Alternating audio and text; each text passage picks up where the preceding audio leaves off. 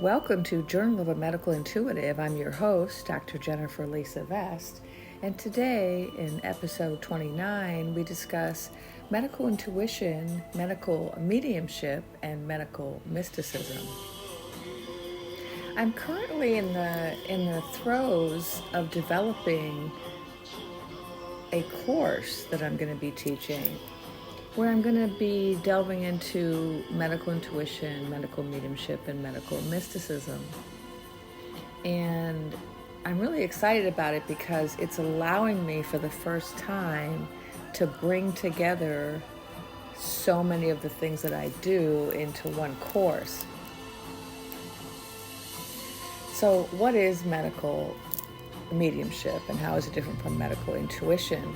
A lot of people may have heard of the word medical medium or mediumship because there's a certain author out there who has made that term very popular by publishing a number of books. And you may not have heard of the word medical mysticism because it's a term that I think I coined, although who knows, it could be out there already and I just don't know about it. Medical intuition really encompasses these other forms as well. And so medical intuition, as a kind of overall kind of comprehensive term, is a modality where we use our psychic gifts to look into people's bodies in order to uncover the causes of their medical mysteries and to look at the emotional, physical, and spiritual causes, to also perhaps come up with tests that they need or treatments. Now, a medical intuition cannot diagnose or treat an illness by law in the United States, although they can do that in other countries. So in the United States, we don't say that medical intuitives diagnose, we say that medical intuitives help the client to advocate for themselves when they do go work with their healthcare provider. And so it's a complementary type of medicine that works nicely hand in hand with other forms of medicine which are licensed. Medical intuition is not currently licensed. There's not currently any accredited training programs because we just really haven't gotten to the point yet as a society where we're willing to take this modality seriously enough to take it to that next level. I do think that's going to happen in the future, and that's one of the things that I'm working towards, is recognizing medical intuition as a valuable modality that can be combined with other forms of medicine like allopathic, Ayurvedic, traditional Chinese medicine, in order to really address these medical mysteries that aren't being solved. So, what is medical mediumship? Medical mediumship is a form of medical intuition where instead of tuning directly into someone's body intuitively or psychically in order to identify problems, instead you tune into spirit. And spirit is the one that looks into the body and identifies problems. And so what do I mean by spirit? Typically, it's a spirit doctor. So it's when you are a medium, and a medium is anybody who can communicate with beings who are discarnate, beings who don't have physical bodies, whether it's the dead, spirit guides, spirit teachers, angels, spirits of dead animals, anyone who can communicate to any of those type of beings would be called a medium. And a medical medium is somebody who can use their mediumship to actually communicate with spirit doctors or spirit healers who can then help them to help a client who's sick. So a medical medium may have one particular spirit doctor they work with, or they may have several. Sometimes these are ancestors. Sometimes these are spirits that we didn't know when they were living, but that we work with after they've passed on. there are a number of traditions throughout the world, a number of indigenous traditions where medical mediumship is a form of healing. So we can look at, for example, the Sangoma in South Africa, when they look into people's bodies and try to diagnose illness and prescribe treatment. They do so by working with ancestors, and the ancestors they work with are not just any ancestors. They only work with ancestors who, when they incarnated, were healers or doctors of some kind. And so they have specialized healing knowledge. And when the medium who is working with a client tunes into these ancestors, they're able to get information and advice that can help their client. Now, this type of work is found in a lot of indigenous traditions in North America, in South America, in Central America, in Asia, and in Africa. But these people don't necessarily call themselves medical mediums. You know, the author that published several books on this topic in the United States, popularized that term. And it's like with medical intuition. Medical intuition is a term that was popularized in the United States by Edgar Cayce, and then later on was made more kind of well known to people by Carolyn Myss, Norm Shealy, and Louise Hay. But medical intuition is an ancient practice in many indigenous traditions. It just wasn't called that. I see it as part of my mission, that of making people aware of the ancient origins of the practice of medical intuition.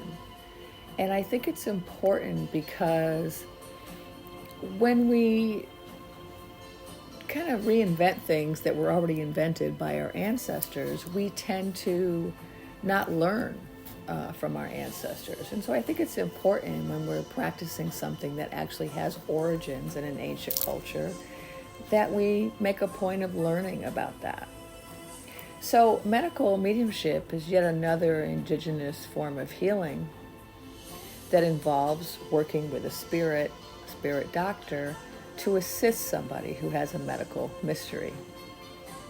Now, medical mysticism is a term that I coined, I think, and I came up with that term because I wanted to somehow explain one of the ways that I was working. And this particular way that I work, that I call medical mysticism, is when I'm traveling out of body, I'm traveling into other realms, I'm communicating with higher level beings, and I'm getting information that's not about individual bodies, but is about global healthcare trends.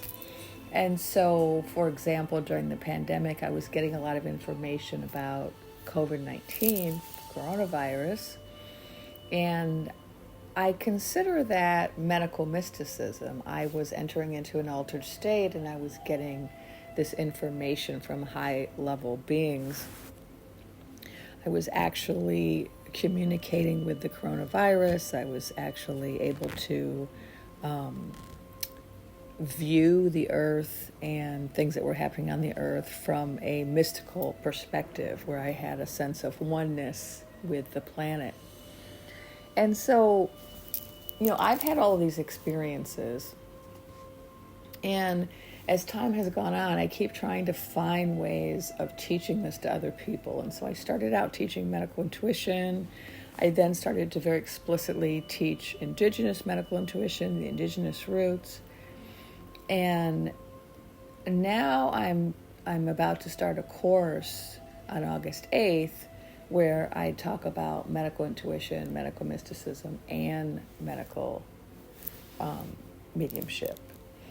And so I'm going to be talking to people about how do you work with a spirit doctor? How do you discern who you're working with? How do you decide if you want to work intuitively by tuning into the person's body, or mediumistically by tuning into a spirit doctor?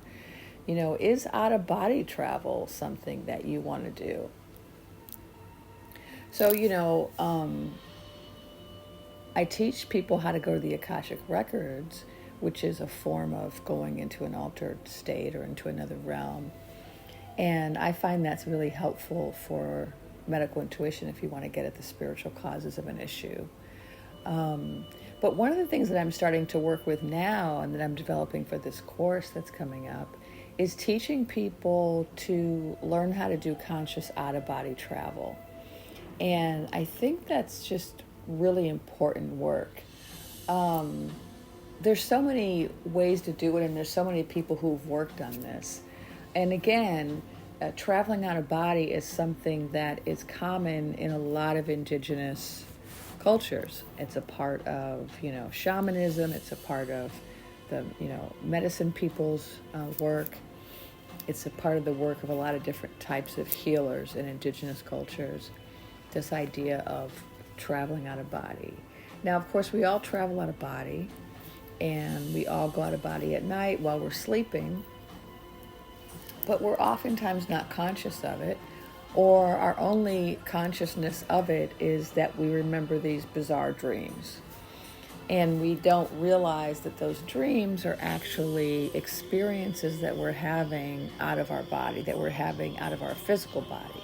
Of course, we have several bodies, and so we have a series of energetic bodies that stack inside of each other, kind of like a Russian doll. And at night, we can leave out of the physical body and travel in the next energetic body. The astral body is one way we describe it. And while we're traveling in our astral body, we can travel to astral worlds, and then we can have encounters there. We can visit with deceased loved ones. We can visit with deceased pets. We can go and talk to our spirit guides or our spirit teachers. We can go to spirit school. We can also ask questions and get answers about things that are important to us in our life, or questions we have about other people or the planet. Like if we're trying to help somebody, we can ask about them if we have their permission to. And so going out of body just exposes us to other realms where there's a lot of wisdom.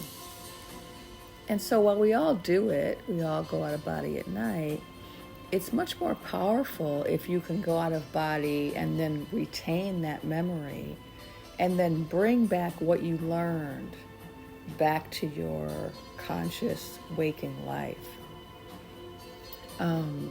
So a lot of people have written about out-of-body travel. Robert Monroe is the most famous, who developed the hemisync technology, where you can listen to these CDs, and this technology will help you have an out-of-body experience. And then we have, authors like William Bullman, who wrote about his experiences traveling out of the body and his insights. And there's just a lot of books out now and workbooks on how to do this. There's a whole institute that came out of, I think, South America, that was teaching out-of-body travel for many years in the United States. And this is something I'm going to be teaching in my upcoming course, which starts August 8th, although enrollment is going to carry on for the next, few weeks. It's a live class, but it also is recorded, and so if people start it late or miss a class, they'll have access to the recording and the transcripts. But I'm really excited about this course, and I thought I would talk about it in this podcast because I think this is something that's going to become much more normal and much more mainstream. This habit or this practice of consciously going out of body, traveling to other realms, and then coming back and applying that wisdom to your life. I talked in an earlier episode about psychic kids and how these new generations are evolving. Generation Z, Generation Alpha, they're not like us. They're rejecting a lot of the structures in the society that were created by older generations. And they're going to be radically changing our society. And part of why they're going to be changing it is because they have different brains, and they're going to be manifesting a lot more psychic gifts than my generation has. And so there's going to be a lot of things that now may be considered kind of woo-woo or out there. Only a certain percentage of the population is practicing them. But in the next, 10 to 20 years, they're going to become very mainstream. And I think that out-of-body travel is one of those things that's going to become very mainstream. People very consciously traveling out of body, talking about it with their friends, sharing their insights, people getting together on the other side and working together, comparing notes when they are here about what they learned over there, and working together on projects. There are people already doing this. Obviously, there's people like myself who we engage in like committee work on the other side, or teaching or learning. We go to spirit school, but we're kind of fringe people, right? And there's a lot of people who will hear me say this and say, that's wacko. Well, that sounds wacko. She's probably imagining that. Maybe she's delusional. And I think that's going to change in the future, and I think that it's good that it does, because what I see happening in the future is that mainstream medicine is going to evolve to include medical intuition in all of its forms. And when it does, we're going to be better equipped to deal with a lot of the kind of unsolved medical issues we have today. I also think that bringing medical intuition into mainstream medicine is going to help us to deal with some of these health disparities that we have. So currently, we have health disparities that are global, like poorer countries have, worse outcomes than richer countries. And then we have in the United States health disparities by race. So because we live in a highly racialized society where there's a hierarchy of races, there's a clear correlation in the United States between where you're positioned in that racial hierarchy and how good your health is. And so we have these health disparities. The same is true for women. We have women having a lot of chronic illnesses that Western medicine just doesn't understand, hasn't done research on, doesn't have treatments for. And I think that one of the ways we're going to address some of these problems is by bringing medical intuition into the fold.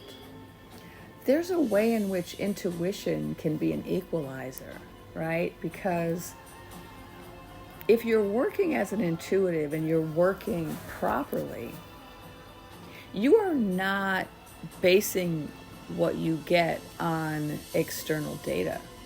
And that's kind of one of the magical elements of medical intuition. Medical intuition can be done remotely. I don't have to see the client. I don't have to know anything about them. I don't need a medical history. I don't need to talk to them. Medical intuition can be done with just somebody's name and a question.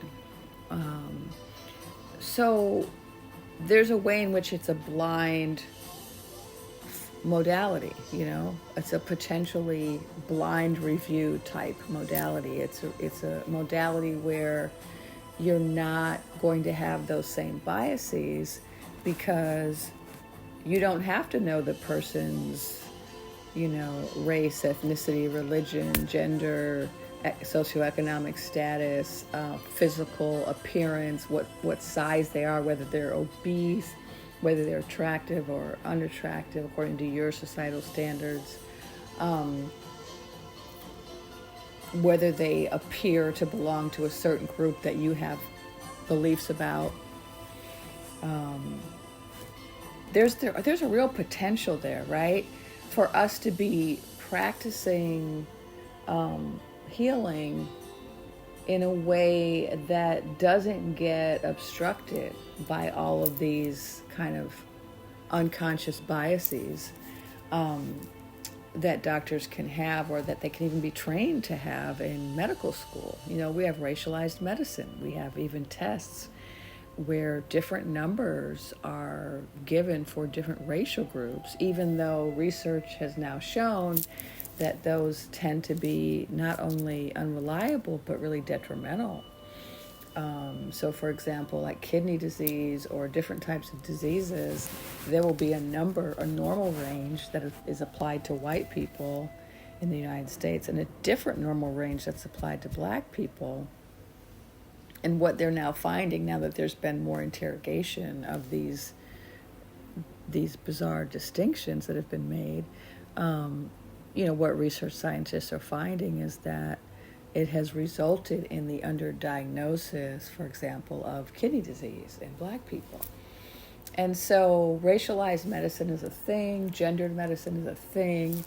And, I think one of the promises of medical intuition is that we could potentially kind of sidestep that and tune into people's bodies in a way that doesn't, is not filtered through a society's hierarchies or assumptions or the limitations of medical science based on who the research was done on. It wasn't until the 1990s that medical research in the United States started to include women in research studies.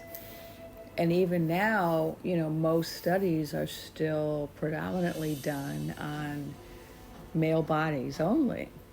And so the medical science is limited because it just hasn't studied the female body enough to know how to treat it.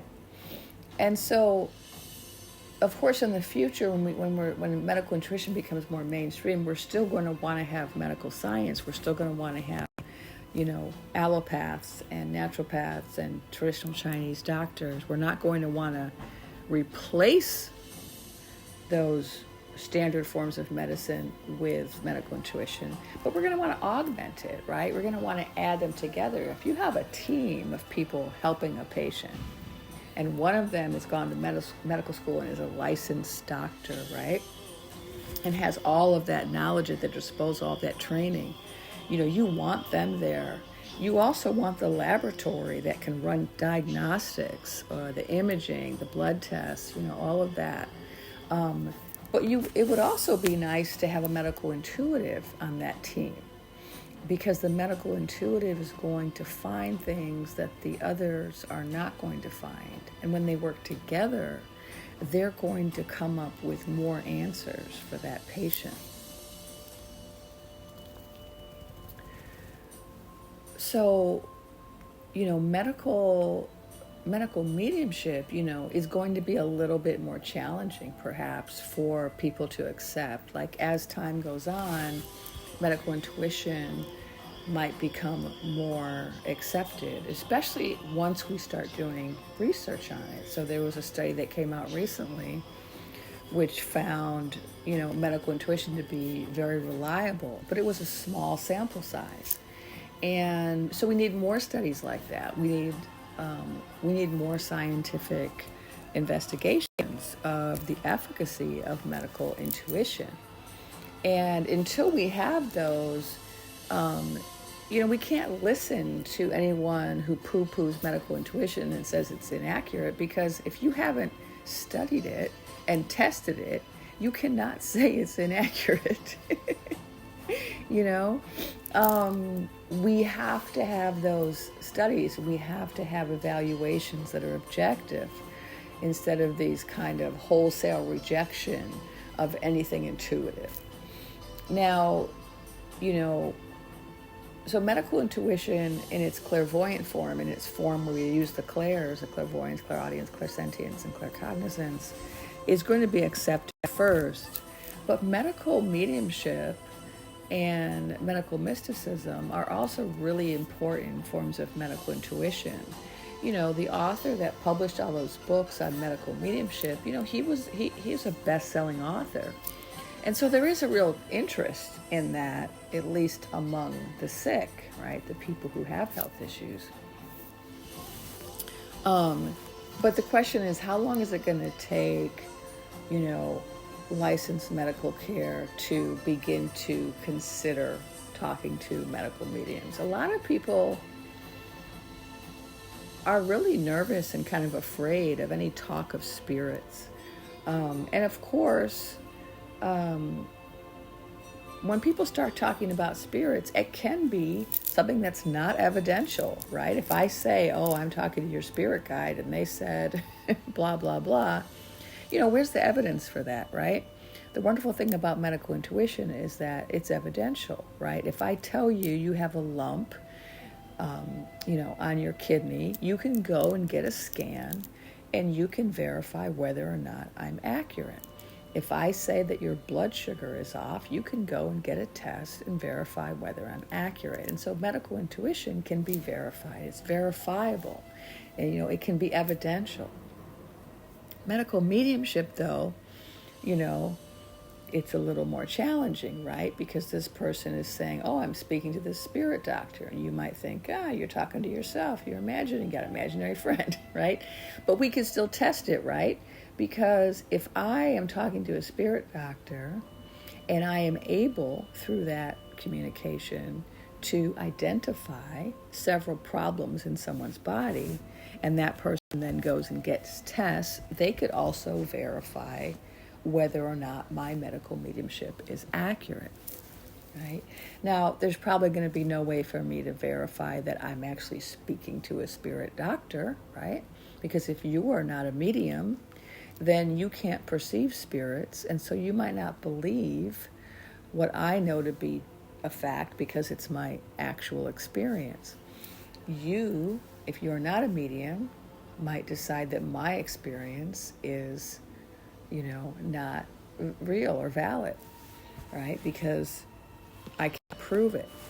And so what's one of the hurdles we're going to have to get over with medical mediumship is, can we look at the information and evaluate how useful and valuable it is, even though we might not want to believe in the existence of spirits? We might not be able to do any studies that demonstrate the existence of spirits, right? And now medical mysticism, I think there has been some scientific study of mysticism, but it is really one of those things that people who haven't had a mystical encounter, it's really hard to even explain it to people who haven't had a mystical encounter, to explain what it is. It's quite ineffable, right? Trying to talk about what is it like when you merge your consciousness with a higher level of understanding. How do you describe that? How do you explain that? How do you verify that, Again, we might not have a way to verify the oneness, but what we could look at is the fruits of the oneness, right? And verify that. And so, for example, I have come up with some statements about healthcare based on my own mystical encounters, and some of those statements I've made on my podcast have proven to be true. Like, there's now medical science that agrees with what I came up with as a medical mystic. And there are some things I said that were not verified. And so while we may not be able to, again, prove that someone's having a mystical experience, we might be able to look at medical mysticism, the fruits of it, right? If a lot of medical mystics could begin to, ask a lot of questions about global health trends, about populations, about the future, and bring that information to society, to people in organizations, to researchers, to whoever maybe public health officials who might want to use that information. And then that information can be verified, right? And it can be found to be accurate or inaccurate. And so I think there is a great possibility in the future that medical intuition, medical mediumship, and medical mysticism will all be very useful modalities that will become more accepted and more mainstream, and that we will be able to study them and verify them and determine whether or not they are evidential. So I'm really dedicated to that future. And you could say actually that it's my medical mysticism that has allowed me to predict that this is going to be the case. So I'm working on a book on this topic called Medical Mystic. And I'm also teaching this new class called Medical Intuition Mastery, where I'm teaching medical intuition, indigenous medical intuition, medical mediumship, and medical mysticism. It's an 18-week course. I'm teaching it on the Shift Network, and I'm going to put the link in the description so you can check it out. But I would love to hear from other people. If you can leave a comment, what do you think? Do you think that medical intuition is going to become more accepted? Is it going to become more mainstream? Do you think that we should be doing more studies to verify whether or not medical intuition is accurate? Have you done work as a medical medium? Do you know any medical mediums? They might not call themselves that, but do you know people who, as healers, are able to communicate with spirit healers or doctors in order to help people who are sick? Have you ever had a medical mystical experience? Do you travel out of body consciously? Have you ever used those out-of-body travels to get information that could be of benefit to a large group, a population, the planet, future generations? I'd love to hear from you. And so until next time, I'm your host, Dr. Jennifer Lisa Vest, and this has been Journal of a Medical Intuitive. Be well.